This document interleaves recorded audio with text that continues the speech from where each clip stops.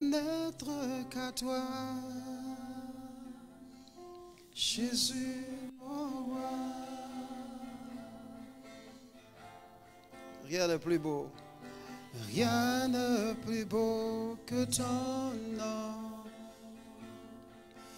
Rien de plus saint que le sang du pardon. Je veux n'être qu'à toi,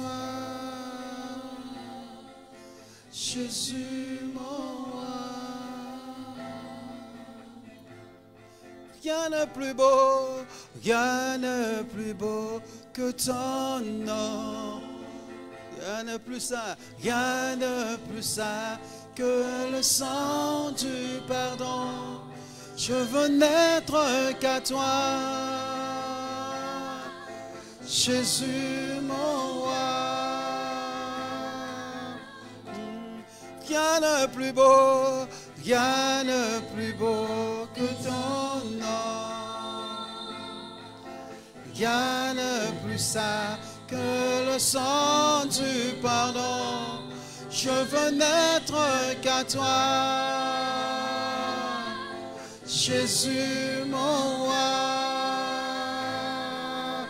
Reçois l'adoration. Reçois l'adoration. Tu es le roi de gloire, notre victoire. Digne es-tu, Seigneur.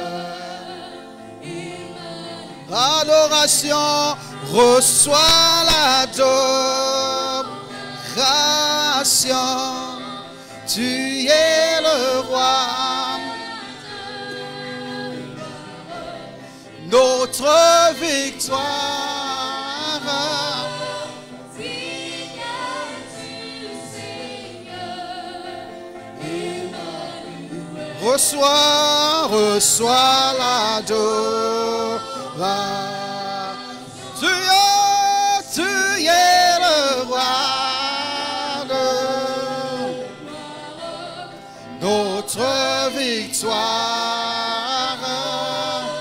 Digne es-tu, Seigneur. Reçois l'adoration, reçois l'adoration. Tu es le roi de gloire, notre victoire. Digne es-tu, Seigneur. Emmanuel, Emmanuel, Emmanuel, oh, oh, oh, Emmanuel, oh,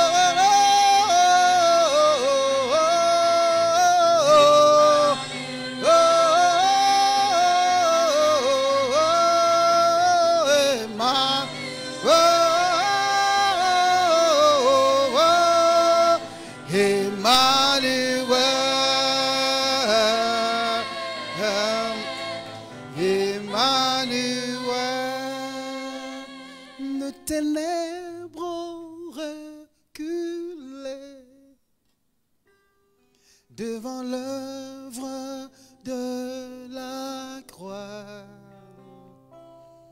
devant l'agneau de la croix. Trouve la joie dans le Seigneur, devant l'agneau immolé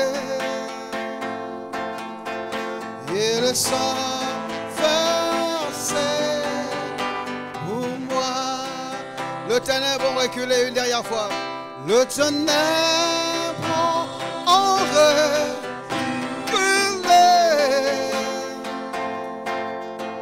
devant l'œuvre de la croix. Oh, devant l'agneau.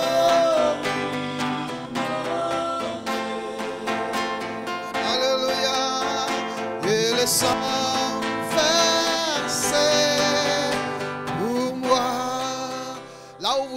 dit merci Seigneur pour le sang versé. Merci Seigneur pour le grand salut. Merci Seigneur pour ta présence. Merci pour tout ce que tu as fait pour moi à la croix. Commence à élever le Seigneur là où tu es. Aujourd'hui tu peux être libre et t'asseoir n'importe où tu veux. Mais nous aimerions avoir un moment de prière important où nous partageons des choses glorieuses avec le Seigneur. Commence à élever le Seigneur là où tu es. Glorifie-le. Il mérite la gloire et l'honneur. Dis-lui merci Seigneur.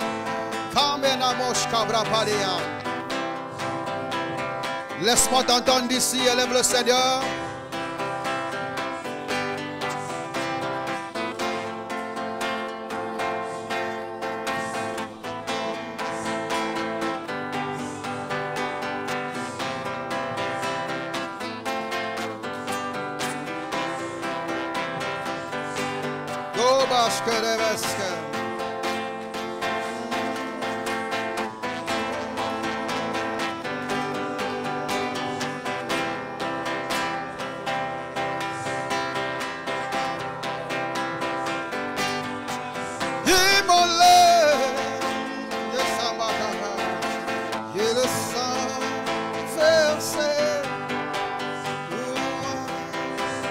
Adore le Seigneur, mon frère.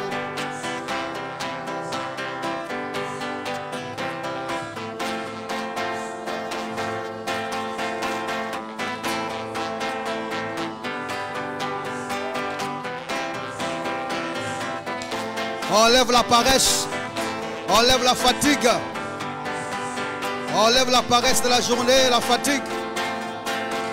Que le Seigneur t'impacte de force afin que tu puisses énoncer des choses ce soir.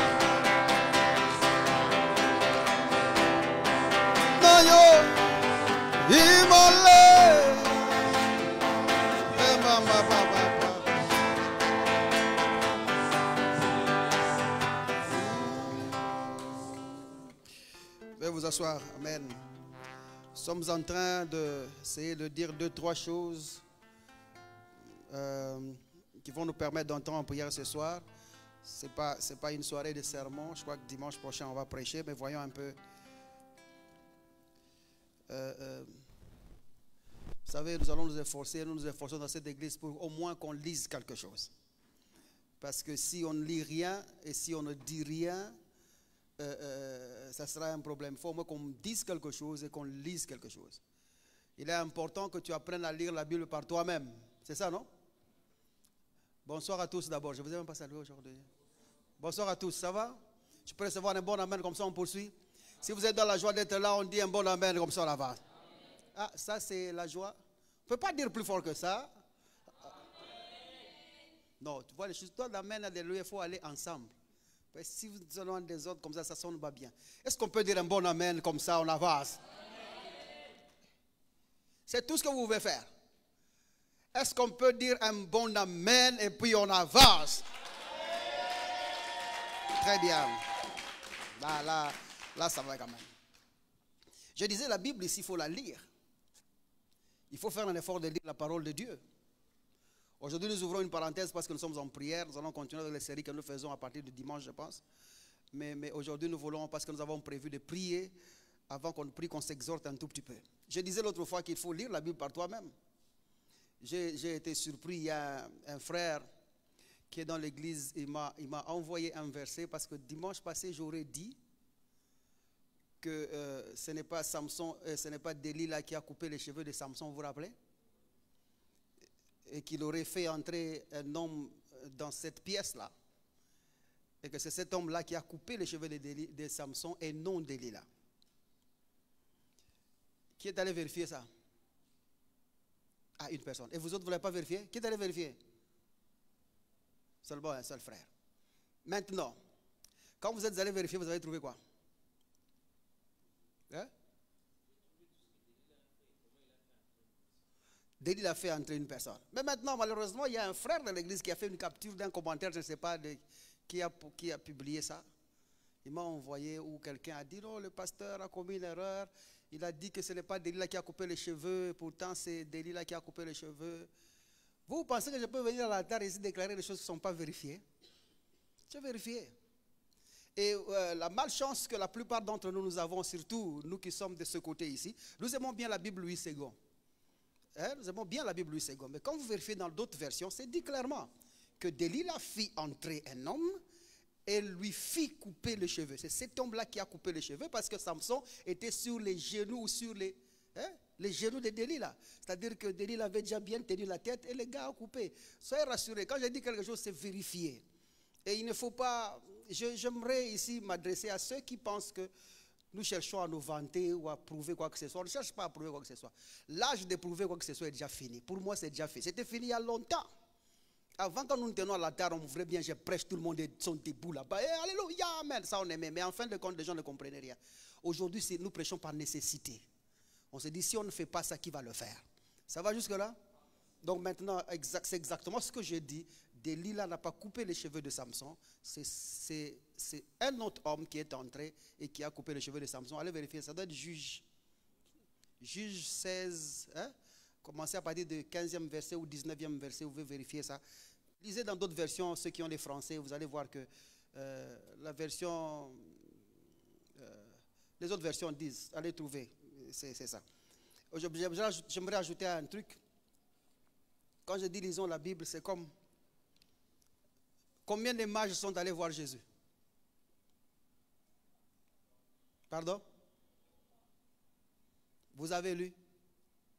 Vous avez trouvé où on a écrit 3. Ils ont offert 3 choses différentes. Mais ils n'étaient pas à 3. Où est-ce qu'ils sont allés visiter Jésus? Dans la crèche? Non. C'était dans sa maison. Et d'ailleurs, quand les mages sont venus, ils sont venus un peu plus tard. Jésus devait avoir 3 ou 4 ans à l'époque. Donc il avait déjà même grandi. Ce n'était pas le bébé Jésus de la crèche. Vous voyez, vous n'avez pas lu. Il faut aller lire par vous-même. Je termine avec ça pour aujourd'hui. Parce que j'avais commencé à vous donner un peu quand je pense. Hein? Un autre truc. Un autre truc. En fait, le nombre de mages, il faut que je clôture ça. Ils n'étaient pas 3. Ils ont offert 3 choses différentes, mais ils n'étaient pas 3. Certains théologiens vont même dire qu'ils étaient une vingtaine. C'était une vingtaine de mages, mais qui ont amené 3 genres de cadeaux. Ça va? Vous avez compris, hein? Donc, il faut enlever l'image de ta petite crèche de Noël, là. Ce n'était pas comme ça.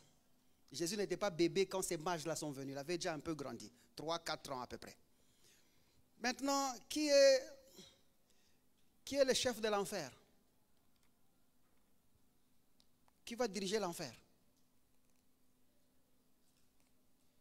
Vous y avez pensé? Qui dirige dans l'enfer?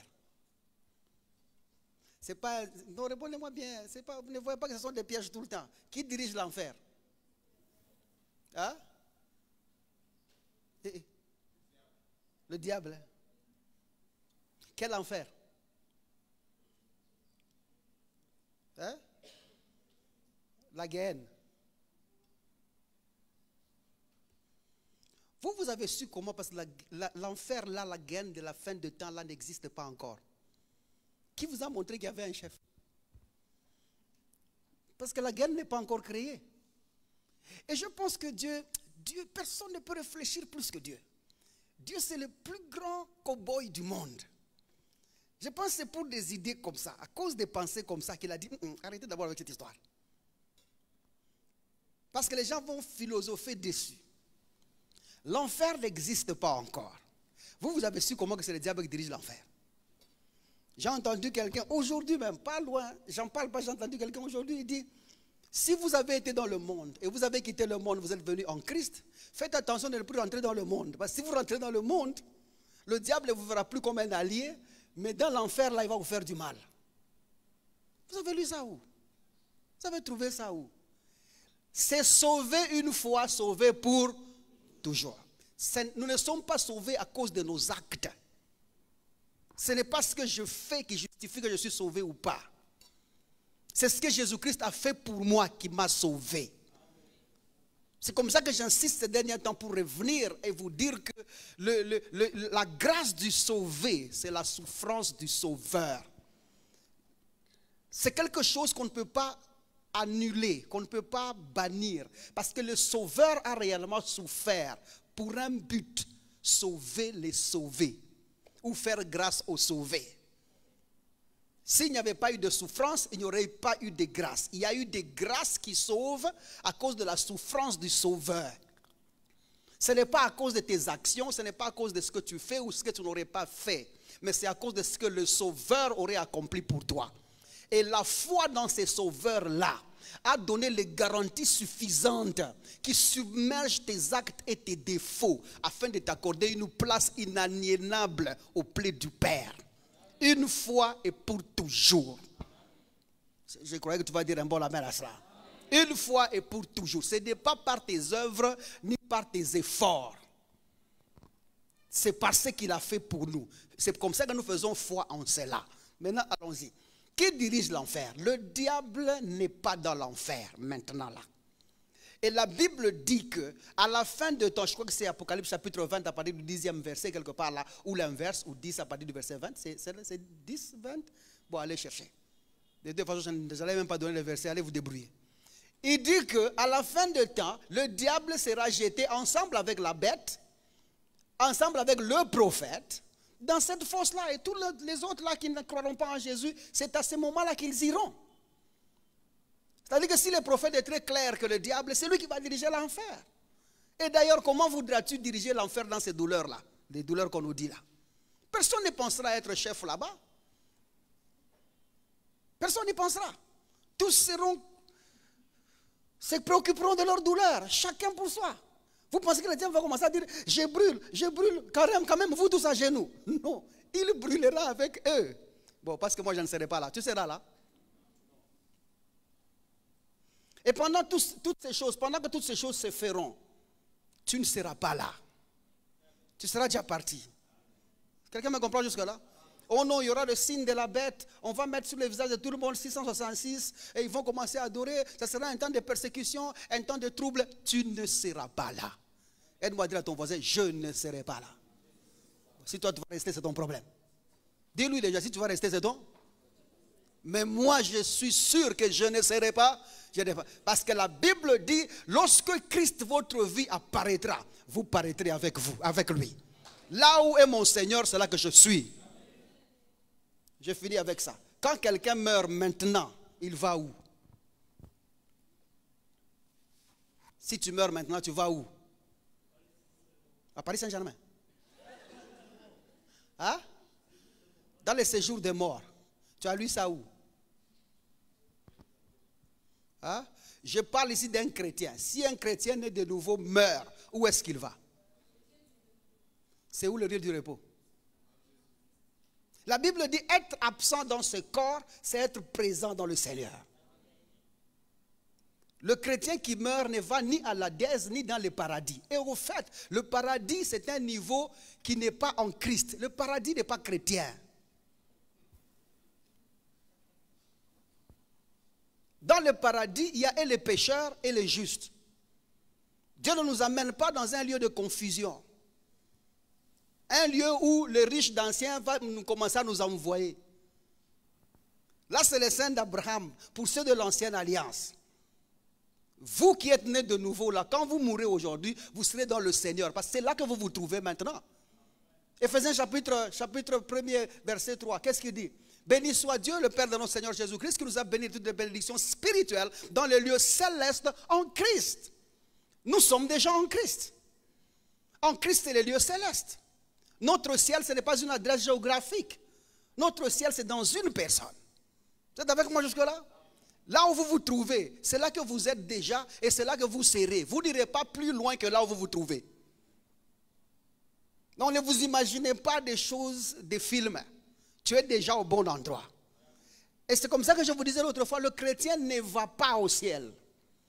Il n'y a pas un seul verset dans la Bible qui promet que nous allons au ciel. Si vous le trouvez, montrez-le-moi. Vous l'avez lu? Où Dieu vous promet que nous irons au ciel? La Bible, quand vous la lisez dans la Nouvelle Alliance, on dit que nous sommes déjà dans le ciel. Parce que la chose que Dieu a faite en Christ, en notre faveur, il l'a faite sur la ligne d'arrivée. Ce sont des choses concluses. Après nous, il n'y a pas de plan B.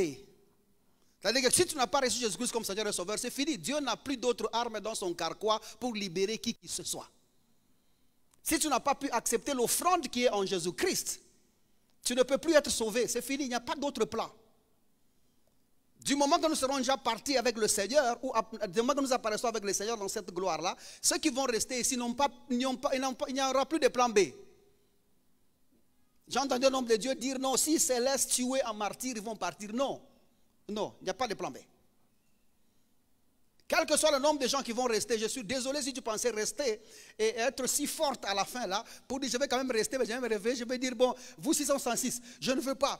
Tu acceptes Jésus-Christ ou tu n'acceptes pas Jésus-Christ? Non, je ne peux pas renier mon Seigneur. Tuez-moi, tuez-moi. Je te dis, la Bible dit, la mort même a refusé de mourir quelqu'un. Vous n'avez pas lu ça? Tout va refuser de condamner quelqu'un à la mort. Donc ne pense pas que tu auras des plans B. Si tu ne meurs pas en Jésus-Christ maintenant et ressuscité pour la vie de Dieu, tu ne mourras plus. Tu ne mourras plus, c'est fini. Parce que tu es déjà mort dans le péché. Je ne sais pas si nous comprenons. Vaut mieux accepter Jésus-Christ maintenant afin que nous apparaissons avec lui. Parce qu'une fois que tu rates ce départ-là, il n'y a pas de plan B ni de plan C. Ce jour-là, ça sera la fin de la grâce. Dieu continuera à aimer le monde, mais le monde ira en enfer tout en ayant l'amour de Dieu sur eux. Parce que l'amour ne force personne à un choix. Quelqu'un me comprend? Quand vous aimez quelqu'un, vous ne le forcez rien. Vous ne le poussez à rien. Et c'est comme ça que l'amour de Dieu aussi, Dieu continuera à aimer les gens qui iront en enfer. Parce que les gens n'ont pas su recevoir cet amour-là. Je vais finir mon temps. On peut continuer quand même? Ça va jusque-là? Je peux refermer en parenthèse. Allez lire la Bible. Lisez votre Bible. Ou sinon vous allez tomber sur quelqu'un qui va vous dire, écoutez, Jésus-Christ en réalité c'est Michael. Et vous allez dire, non, il n'est pas Michael. Jésus-Christ c'est Jésus, Michael c'est un ange. Jésus-Christ c'est Jésus-Christ, nous connaissons, c'est le Fils de Dieu. Il est sorti de Dieu, tu vas te donner toutes les définitions que tu connais. Mais il va te dire, prouve-moi un seul endroit dans le Nouveau Testament où on cite le nom de Michael. À part celui d'Apocalypse. Vous ne trouverez pas. Et il va vous dire, c'est parce que Jésus était sur terre que Michael ne venait plus. Tu as une réponse?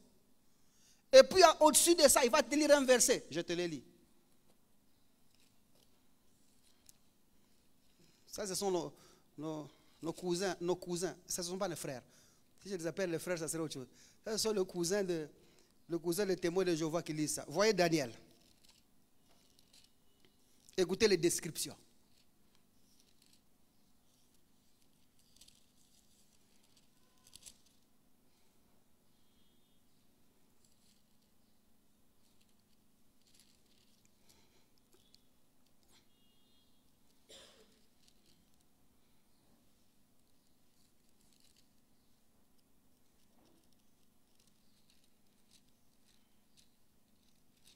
Il faut lire la Bible par vous-même. Parce que si vous ne la lisez pas par vous-même, quelqu'un d'autre va la lire pour vous. Et ce qu'il va vous donner comme révélation, ça sera contraire à ce que vous croyez.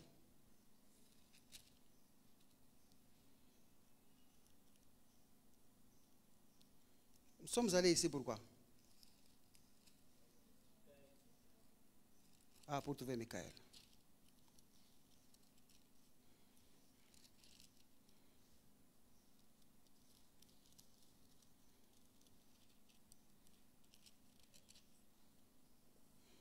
Regardez Daniel, chapitre, prenez 12. En ces temps-là, écoutez bien les caractéristiques de ce Michael dont on cite là. Et puis vous allez me dire, si on le confond à Jésus, vous allez dire, ce n'est pas Jésus. En ces temps-là, se lèvera Michael, le grand chef, le défenseur des enfants de ton peuple. Et ça sera une époque de détresse, telle qu'il n'y en a point eu depuis que les nations existent jusqu'à cette époque. En ces temps-là, ceux de ton peuple qui seront trouvés inscrits dans le livre seront sauvés. Déjà, quand tu lis cette phrase, tu penses à quel livre? Le livre de l'agneau. Nous parlons de la fin de temps. Ceux qui sont inscrits seront sauvés. Maintenant, allons. Plusieurs de ceux qui dorment dans la poussière de la terre se réveilleront, les uns pour la vie éternelle et les autres pour l'opprobre, pour la honte éternelle. Et ceux qui auront été intelligents brilleront comme la splendeur du ciel, et ceux qui auront enseigné la justice à la multitude brilleront comme les étoiles à toujours et à perpétuité. Et puis il dit, toi Daniel, vous êtes avec moi jusque-là? Il dit, toi Daniel, tiens secret ces paroles et scelle le livre jusqu'au temps de la fin. Plusieurs alors le liront et la connaissance augmentera. Et puis on te pose la question, maintenant là, qui est ce Michael là? Il paraît comme un sauveur ici. Ça veut dire c'est Jésus alors. Et si on te présente comme ça, tu risques de dire c'est Jésus qui est là. Va lire la Bible par toi-même pour comprendre ce qu'il y a. Et je t'en conjure de faire quoi? De lire la Bible. Quelqu'un va dire aussi, comme j'ai entendu aujourd'hui, j'ai fini avec cet exemple, puis on est dans ce qu'on a prévu aujourd'hui. Quelqu'un dit ailleurs que l'autre là, c'est qui? Jacob.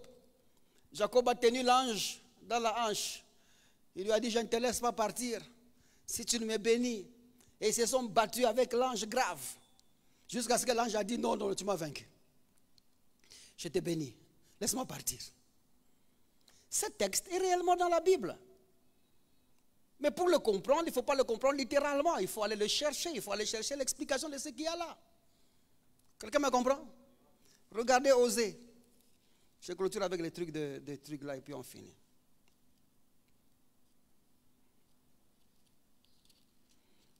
Regardez Osée.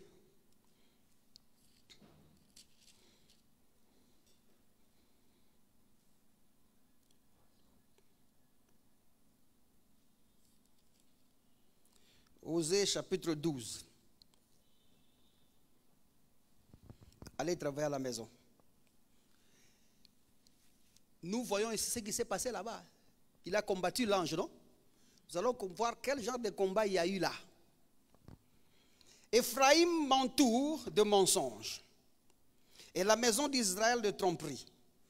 Juda est encore sans frein vis-à-vis des dieux, vis-à-vis du Saint fidèle. Verset 2. Éphraïm se repaît devant et poursuit le vent d'Orient. Chaque jour, il multiplie de mensonges et de la violence. Et puis, il fait alliance avec la Syrie et emporte de l'huile de l'Égypte. Verset 3. L'Éternel est aussi en contestation avec Juda. Et il punira Jacob pour sa conduite.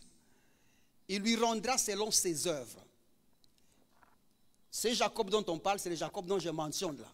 Notre Jacob, qui est supposé avoir combattu avec l'ange. Nous cherchons c'est quel genre de combat il a eu. Verset 4. Dans le sein, pour vous montrer que c'est du même Jacob que nous parlons. Il dit, dans le sein maternel, Jacob saisit son frère par le talon. Nous parlons du même Jacob? C'est ça, non? Non, répondez-moi, c'est le même Jacob là, non? Parce que dans le sein maternel, il a saisi son frère par les talons. Il dit, et dans sa vigueur, lorsqu'il a grandi, il lutta avec Dieu. C'est le même Jacob, non? Maintenant, de quelle lutte avait-il fait avec Dieu? Verset 5. Il lutta avec l'ange. Tout d'abord, on précise que ce n'était pas Dieu, c'était avec l'ange. On confirme que c'était avec l'ange. Et il fut vainqueur. Quelle lutte a-t-il fait? A-t-il cassé l'emboîture de l'ange? La réponse elle est là. Il pleura et lui adressa des supplications. Jacob l'avait trouvé à Bethel. Et c'est là que Dieu nous a parlé. Quel a été le combat que Jacob a fait avec l'ange? Il pleura et lui adressa des supplications.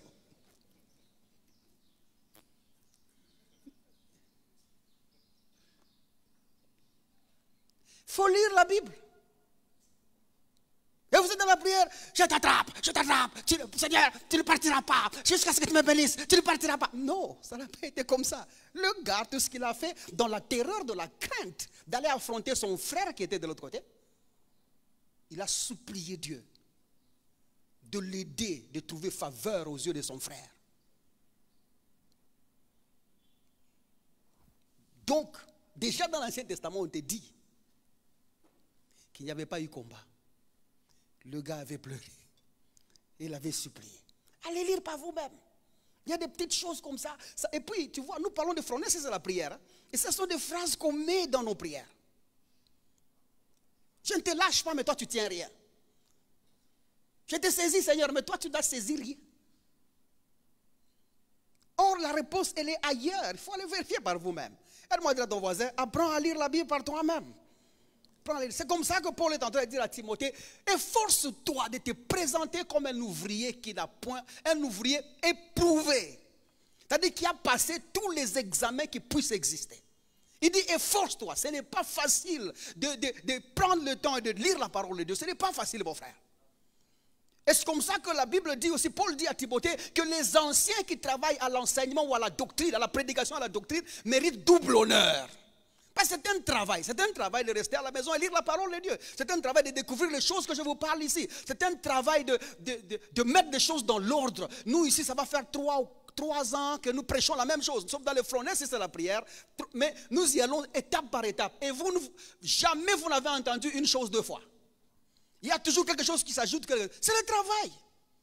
Ça demande du travail. Et Paul dit, efforce-toi de te présenter comme un serviteur éprouvé. Tu as travaillé, tu as lu, tu as réussi à tous les examens. Il dit qu'il n'a point à rougir. C'est-à-dire quand un sujet vient, tu ne trembles pas. Tu ne paniques pas. Parce que c'est dans ta panique d'inconnaissance de ce que Dieu a fait pour toi en Christ que le diable opère. Mais si tu connais ce que Dieu a fait pour toi en Christ et tu ne trembles pas, tu ne paniques pas, tu vaincras toujours. Parce que Dieu sait comment le diable fonctionne. Dieu connaît jusqu'où l'ennemi peut aller. Et Dieu a mis toutes les vertus possibles pour les vaincre dans sa parole. Et si tu as découvert ce qui est dans la parole, tu seras toujours vainqueur au nom de Jésus-Christ. Il dit, efforce-toi. Et Paul est en train de dire en 2 Corinthiens, chapitre 10, à partir du verset 5e. On peut lire là-bas. On peut lire. Là, je parle déjà de ce qu'on a prévu aujourd'hui.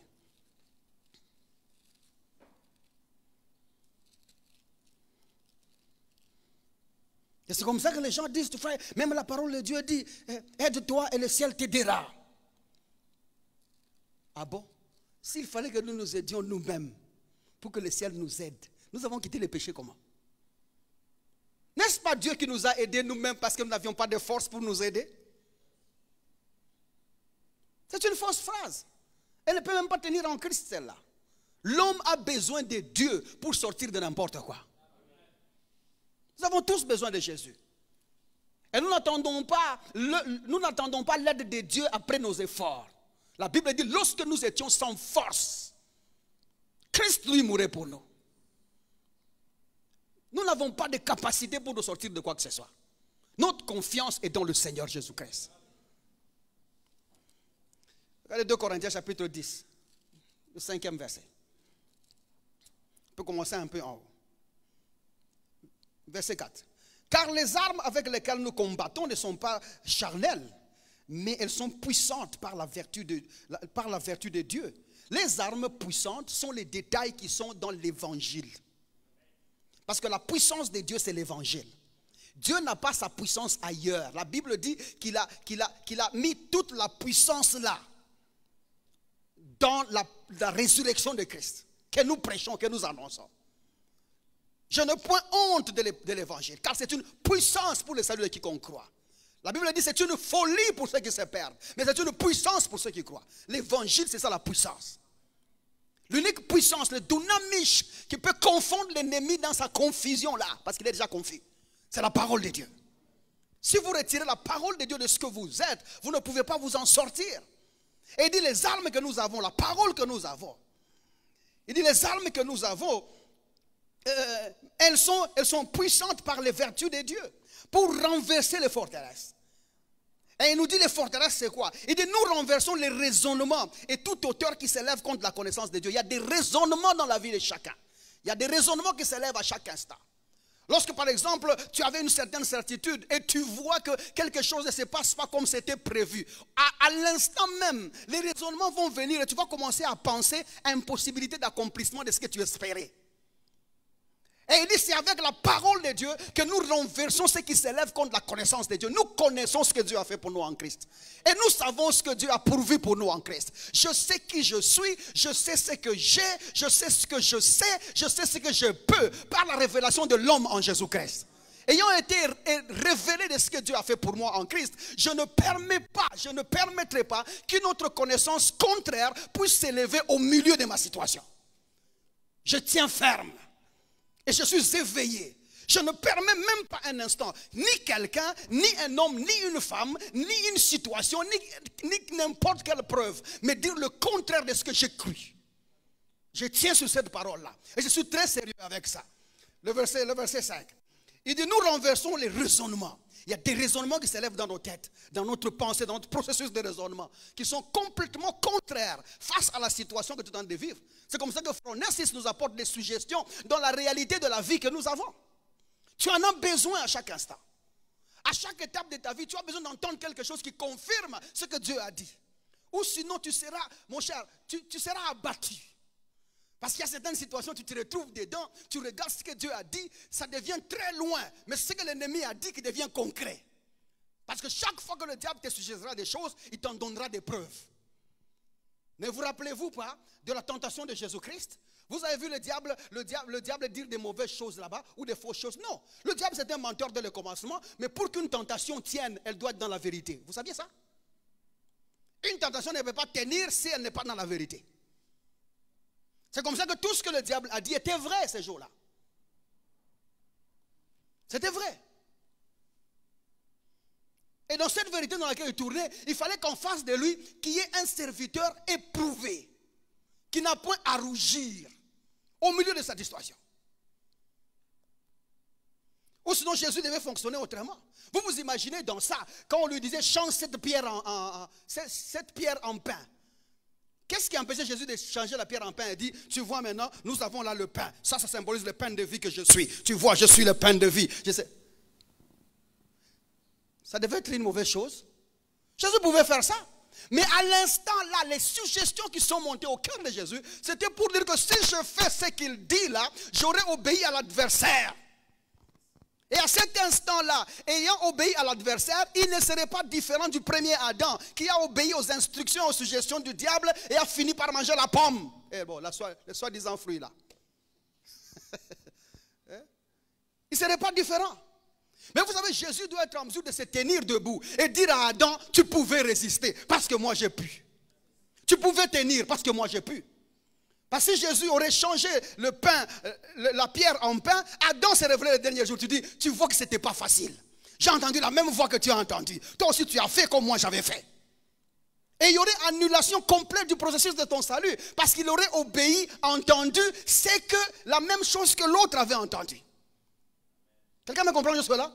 Quelqu'un a besoin dans cet instant, entendre les suggestions de l'esprit, lui dire, qui t'a dit que tu es nu? Qui t'a dit que tu es malade? Qui t'a dit que tu es pauvre? Qui t'a dit que tu ne réussiras pas? Qui t'a dit que tu n'avanceras pas? Tu as trouvé ça où? Parce que moi je te dis, tu es la tête et jamais la queue. Moi je te dis, au milieu de vous, il n'y aura pas de malade. Moi je te dis, par ces meurtrissures, vous aviez été guéris. Les suggestions de l'esprit te permettent de t'établir dans ce que Dieu a fait. C'est comme ça que les raisonnements s'élèveront toujours. Mais nous avons besoin de ces suggestions-là qui renversent ces raisonnements-là. Et tout auteur qui s'élève contre la connaissance de Dieu. Et nous les amenons. Au fait, tu prends tout ce que le docteur a dit, ce que l'oncle a dit, ce que la maman a dit, ce que la tante a dit, ce que même ton corps te dit. Parce qu'à un certain moment, le corps peut fonctionner à l'inverse de ce que Dieu a dit. Vous êtes avec moi jusque-là? C'est comme un frère, je me rappelle quand même avoir prié pour un frère qui est venu me suivre là. Ils sont mariés et puis quelques jours après, il vient me suivre, me dit, pasteur, ma femme n'arrive pas à concevoir. Je dis, ça c'est pas possible. Elle va concevoir, elle me dit non. Je lui pose d'abord la question, vous avez vu des médecins? Il dit, le médecin a dit, il n'y a rien. Je dis, le médecin a dit, il n'y a rien, vous ne concevez pas, qu'est-ce qu'il y a? Quelques jours après, les bien-aimés, j'ai pris pour la femme aujourd'hui et pour eux aujourd'hui, quelques jours après, une semaine ou peut-être que je peux me tromper, mettons 10 jours, parce que c'était d'un week-end vers l'autre, un peu au milieu de l'autre semaine qui avait suivi. Le bien-aimé me suit. Il vient en prière comme ça, il me dit, papa, est-ce que vous savez que je sens que je deviens impuissant? c'est concevoir, c'est l'impuissance. Des fois, le corps peut commencer à dire le contraire de ce que Dieu a dit. Moi, je venais de prier pour eux, j'ai dit, vous allez concevoir. Nous ramenons à l'obéissance tout ce qui est dans votre corps là, à faire des enfants. Et lui il me dit, papa, quelques jours après la prière, il me dit, papa, je deviens impuissant. Rien ne s'élève, aucun drapeau ne monte. J'ai dit, frère, viens d'abord ici. J'ai dit, au nom de Jésus, j'ai entendu qu'il était possible que vous ayez des enfants. Tu ne peux pas me dire ça. Je commande à ton corps d'obéir à ce que tu as fait pour nous. Ce corps est en bonne santé au nom de Jésus-Christ. Bon, ils ont maintenant un enfant. Ils m'ont jamais donné un nom. Vous voyez le problème? Le corps peut aussi fonctionner autrement. Tu peux avoir des symptômes qui dictent le contraire de ce que Dieu a dit. Et ça peut affecter ton raisonnement parce qu'il y aura des preuves. Mais tu as besoin d'entendre une autre voix qui te dit, qui t'a dit que tu es impuissant? Qui t'a dit que tu ne peux pas avoir des enfants? Tu as trouvé ça où? Tu as eu ça où? Comment toi-même tu t'es transporté des possibilités aux impossibilités? Les suggestions de l'ennemi. Les suggestions de l'ennemi. Il dit c'est comme ça que nous sommes prêts. Le verset qui suit là-bas. C'est quel verset là? Il dit et nous sommes prêts aussi à punir toute désobéissance. C'est-à-dire que toute pensée contraire à ce que Dieu a dit est une désobéissance à notre foi. Quelqu'un me comprend jusque là? Et nous sommes prêts. Je vous ai dit que le mot prêt là-bas c'est eteikomos, qui veut dire prêt à être prêt. Nous avons été formés à être prêts. Nous ne sommes pas prêts par hasard. Nous avons été préparés à être prêts. Des choses sont passées par là. La connaissance de Dieu est passée par là. La sagesse de Dieu est passée par là. Pour qu'à chaque fois que nous soyons prêts dans n'importe quelle situation, à punir, ekdikeo, à punir, ekdikeo qui veut dire revendiquer, défendre, faire justice. Nous sommes prêts à revendiquer, à dire ça ne ressemble pas à ce que Dieu a fait pour moi en Christ. Je ramène ce que Dieu a fait pour moi en Christ au nom de Jésus-Christ. Ma santé obéit à l'œuvre de la croix. Mon corps obéit, ma situation obéit. Ça, ce ne sont pas des slogans. Nous prions en toute intelligence parce que je sais qu'il y a une puissance dans ta parole là-bas pour changer quoi que ce soit dans ta vie au nom de Jésus-Christ. C'est comme ça que Paul dit, soyez fermes et veillez, parce que votre adversaire, le diable, rôde autour de vous comme un lion. Il dit bien comme. Nous sommes en 2 Pierre là-bas, chapitre 5, à partir du verset 9e. Il dit, rôde autour de vous comme un lion. Il n'est pas un lion. Alors qui est-il? Qui est-il cet adversaire, le diable? Comment l'avons-nous découvert qu'il est même là? Parce que s'il n'est pas un lion et qu'il rôde autour de nous et il parle et nous entendons, donc cet adversaire suggère des choses à un homme. Il y a un homme à côté de nous qui parle. Il y a une femme à côté de nous qui parle. Il y a un médecin qui parle. Il y a un docteur qui parle. Il y a un psychologue qui parle. Il y a une tante qui parle. Il y a un oncle qui parle. Ces gens-là sont ces adversaires-là qui rôdent autour de nous, mais qui ont l'expression du lion. Qui veut nous convaincre que ce que nous vivons là trouve des preuves dans leur situation, trouve des preuves dans leur nation. C'est comme par exemple, l'autre fois on m'a fait voir une vidéo d'une petite fille là. En fait, sa mère l'a filmée, je crois, pour autre chose. Et puis peut-être qu'elle dansait ou tout. Et puis on entend bien la voix de l'homme qui entre, il s'assoit. Et puis il dit à sa femme lui demande comment ça va. Il dit ça va bien, mais ce monsieur ne veut pas me donner les documents. Moi je dois partir. Et la femme dit, ah bon, pourquoi il ne veut pas donner les documents? Vous voyez, pendant qu'elle parle, elle ne se filme pas. Elle ne filme pas l'homme, mais elle filme sur l'enfant. Et l'enfant, pendant que le père dit, cet homme ne veut pas me donner les documents, la maman pose des questions. Et puis l'enfant dit, l'enfant elle peut avoir 4 ans, l'enfant peut avoir 4 ans ou 5 ans. Et se tourne à son père et dit, papa, donne-lui l'argent. Vous avez compris? Donne-lui l'argent. Donc l'enfant à cet âge sait qu'il faut corrompre. Regardez les pays où nous nous trouvons. Même si ton propre enfant te suggère d'aller corrompre, tu dis non, mon nom est écrit avec le sang de Jésus. Là où il y a mon nom, c'est là qu'il y a le nom de Jésus-Christ. Celui qui cite mon nom, il a cité le nom de Jésus-Christ. Et tout genou fléchit à la mention du nom de Jésus-Christ. Je suis dans ce nom-là, j'habite dans ce nom-là. Là où on cite mon nom, c'est pour le bien, c'est pour l'avancée, c'est pour la réussite et c'est pour les choses qui concourent à ma vie. Et les choses doivent concourir. Voilà comment tu dois réfléchir. Comment tu t'aimais. C'est comme ça que je vous ai dit l'autre fois. Quand tu arrives là, écoute, partout où on proclame les gens, ton nom doit sortir. Elle-moi dit à ton voisin si tu as compris. Partout où il y aura compétition des hommes, si ton nom y est inscrit, il doit sortir. Si tu arrives par exemple, tu trouves que ton nom n'y est pas, aie le courage de prendre le stylo, ajoute. Rentre à la maison, tu dis, j'ai fait ce que je sais que chez nous ça se fait. Parce que mon nom est inscrit. Si mon nom est inscrit dans le livre de vie, il ne peut pas manquer dans le livre des hommes. Est-ce que quelqu'un me comprend jusque-là? Ça c'est ma mentalité depuis que j'étais petit et ça fonctionne toujours. Tu ne peux pas être là au milieu de 20 000 personnes. Toi, tu es là, enfant de Dieu, porteur et garant de la présence du Seigneur. Tu débarques dans la foule des gens et on commence à appeler les gens. On appelle 100, tu n'es pas là. 200, tu n'es pas là. 400, tu n'es pas là. 1300, tu n'es pas là. 1250e, tu n'es pas là. Et puis on dit, c'est ici que nous nous arrêtons, bien-aimés. Les autres là, allez voir, sauf erreur ou omission de notre part. Toi, enfant de Dieu, dans l'omission et l'erreur des gens. Ton père là, il est le maître de temps et des circonstances. Il ne permettra pas que son bien-aimé connaisse la honte. Il ne peut pas au milieu de tous ces gens-là t'exposer la honte. Ce n'est pas possible. Alors toi tu as eu où que ton nom ne peut pas être inscrit? Si Dieu t'a déjà inscrit, qui est celui qui va refuser d'inscrire ton nom? Tu es là, non, allons-y d'abord. Si on m'appelle, gloire à Dieu. Si on ne m'appelle pas, gloire à Dieu. Et Dieu dit non, moi j'étais déjà appelé. J'étais déjà sanctifié. J'étais déjà justifié. J'étais déjà glorifié. Mais tu vas auprès des hommes que j'ai créés. Tu doutes de l'appel? Quelque chose ne va pas bien. Tu vois, quand tu raisonnes comme ça, tu sors de ta maison quelqu'un d'accompli. Au fait, quand tu ouvres ta porte ou que tu ouvres ton rideau pour sortir de la maison, tu entres dans un monde de victoire.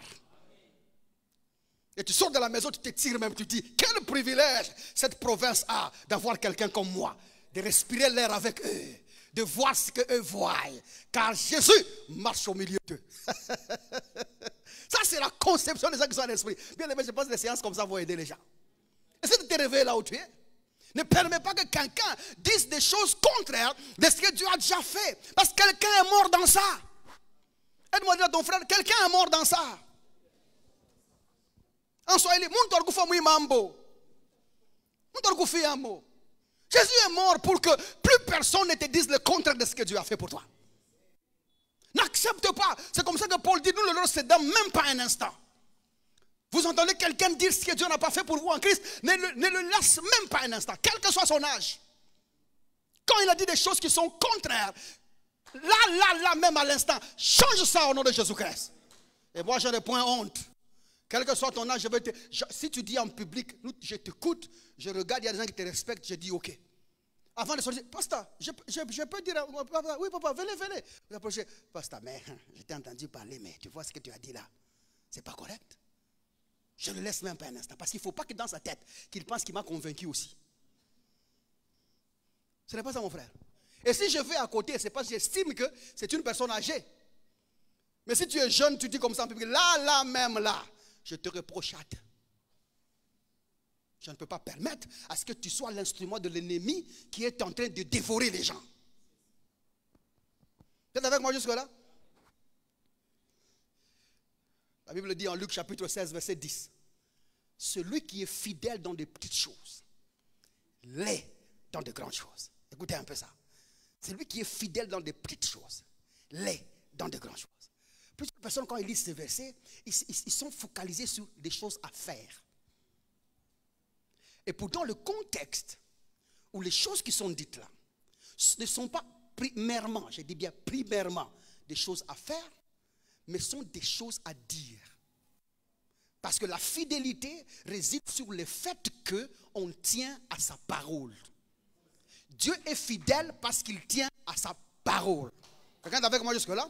Toi aussi donc, ta fidélité sera jugée en Christ de la manière dont tu tiens à ta parole. Et ta parole, nous connaissons, ce n'est pas ta parole, c'est la parole de celui qui t'a sauvé. Jésus-Christ disait, ma doctrine n'est pas mienne, mais ma doctrine est de mon Père. Jésus est de la doctrine du Père, nous sommes de la doctrine de Jésus qui est de la doctrine du Père. Et notre fidélité est mesurée sur les capacités à garder la parole. C'est comme ça que maintenant, si je suis fidèle dans des petites choses, par exemple sur un petit mot de tête, je dis, ah c'est un mot de tête, je vais juste aller me coucher, je suis en bonne santé.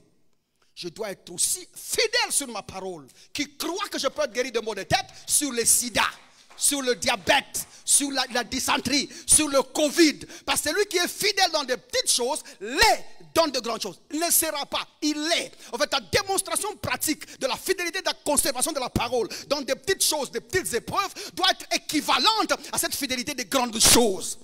Alors maintenant, si nous inversons, si Dieu a pu accomplir en toi des grandes choses par la parole, donc tu peux accomplir le grand, le moyen et les petites choses.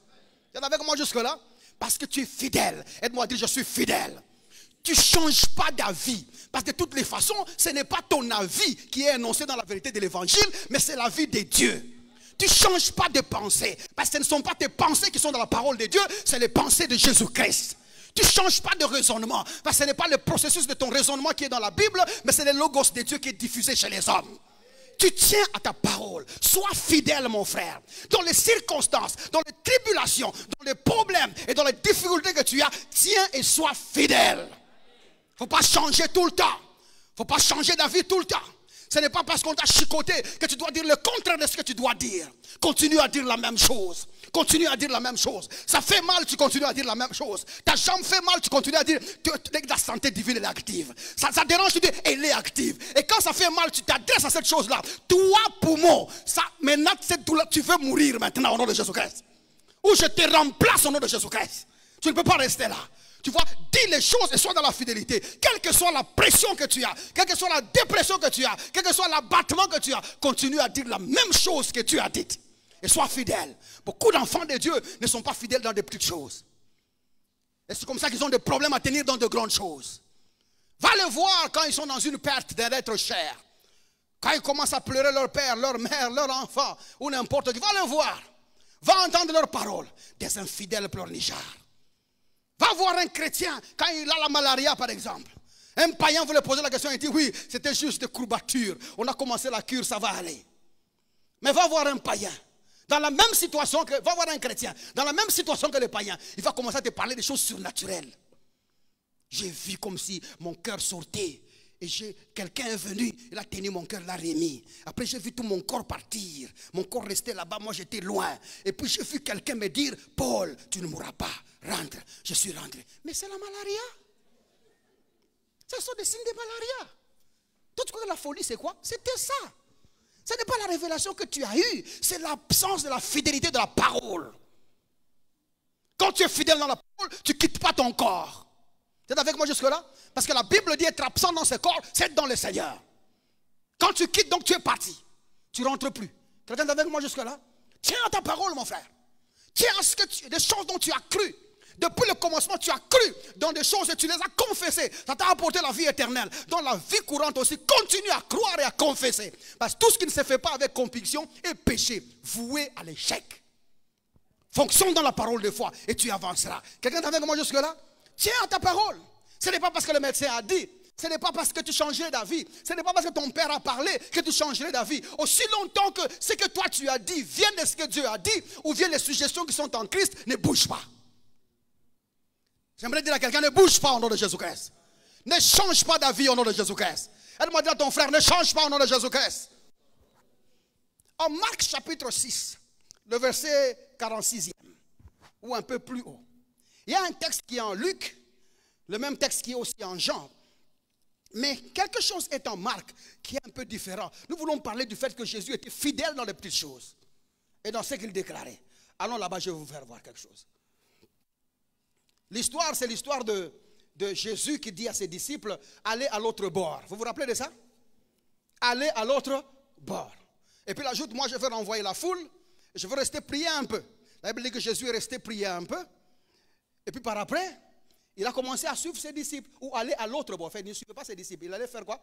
Il allait à l'autre bord. Parce que quelle est la parole qu'il a prononcée depuis le départ? C'est aller à l'autre bord. Le rendez-vous de Jésus et ses disciples, c'est de quel côté? À l'autre bord. Et voyez l'attitude, voyez un peu l'attitude de Jésus alors là-bas. Je sais que quand vous lisez à Matthieu, il explique le fait que Jésus est venu, et puis Matthieu, c'est qui Pierre, hein? Pierre a même demandé et tout ça, lève-toi. Enfin, lui-même Pierre, quand il écrit le récit, ne parle pas de tout ça. Parce que l'évangile, selon Marc, pour ceux qui ne savaient pas, c'est Pierre qui l'a écrit. Il dictait ça à Jean-Marc qui était son secrétaire. Ça va? Vous avez appris quelque chose? Donc, l'évangile, parce que quand vous posez, Jean a écrit, Matthieu a écrit, Luc a écrit, et Pierre qui était un peu, lui n'a pas écrit, Pierre il a écrit Marc. L'évangile selon Marc, c'est Pierre. C'est lui qui dicte. Vous êtes avec moi jusque-là? Allons au verset 6. Marc chapitre 6, pas verset. Marc chapitre 6. 45e.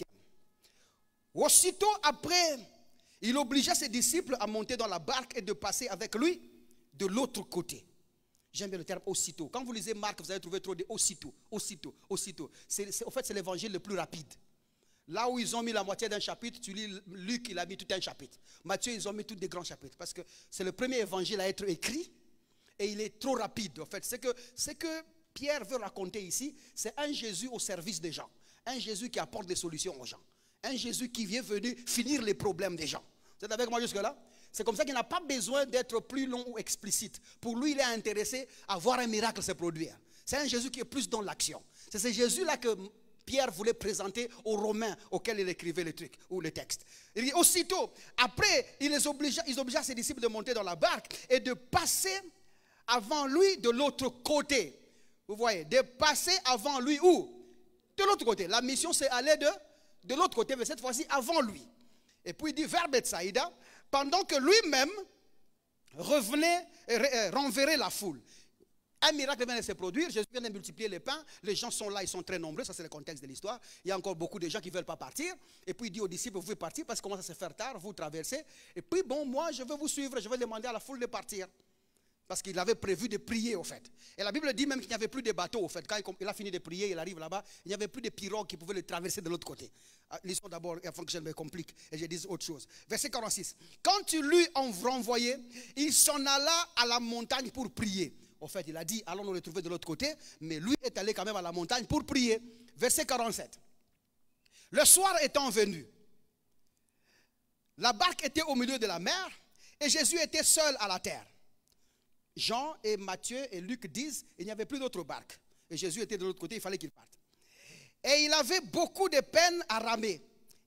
Il vit les disciples qu'ils avaient beaucoup de peine à ramer. Car le vent était contraire. D'autres versions disent le vent souffrait contrairement.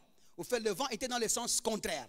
Au fait, les disciples allaient dans une direction. On les a dit on se rencontre à l'autre bord. Quelle a été la parole du Sauveur? On se rencontre où? À l'autre bord. Mais les disciples, quand ils arrivent au milieu, la barque commence, un autre vent contraire à ce que Jésus a dit, a commencé à souffler sur eux. Jésus a dit c'est à l'autre bord, et ils vont vers l'autre bord, mais ils rencontrent un vent contraire. Vous savez que ça c'est l'étape de vie que nous rencontrons très souvent. Il y a une instruction du Seigneur, il y a une parole du Seigneur qui motive ce que nous faisons. Tu as bien dit que tu as entendu Dieu te parler pour faire ce que tu fais. Tu as entendu Dieu te parler pour entrer dans ce que tu fais. Mais quand tu arrives au milieu de ça, tu sens que les choses fonctionnent différemment. Les choses fonctionnent contrairement. Là, il faut déjà se dire, le Seigneur m'a vu à la fin. J'ai vu le résultat avec lui. L'autre bord, nous arrivons là. J'y arriverai, je serai. Mais le vent contraire qui est là ne doit pas changer mon avis. Ce que le Seigneur a dit, c'est qui est vrai. Quelqu'un me comprend jusque-là? Continuons par la lecture. Il y a la 4e veille de la nuit environ. 4e veille de la nuit, c'est à quelle heure? Première veille de la nuit chez les Juifs, veille de la nuit, c'est de 18h à 21h.